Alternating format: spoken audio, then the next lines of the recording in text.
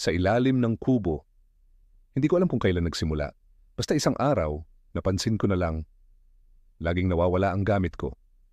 Ballpen, panyo, tsinelas. At tuwing gabi, may naririnig akong mga maliliit na yabag.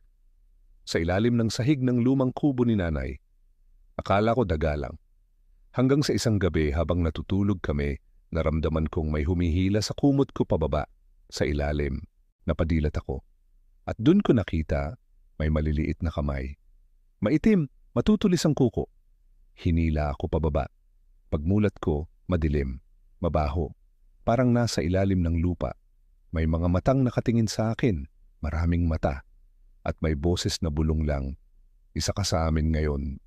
Nagising akong umiiyak, nasa gitna ng palayan, walang suot, gasgas ang balat. Pero mula noon, hindi na ako pinatulog sa loob ng kubo. Kasi sabi ni nanay, gabi-gabi may boses daw na tumatawag sa ilalim ng sahig, hinanap pa rin ako.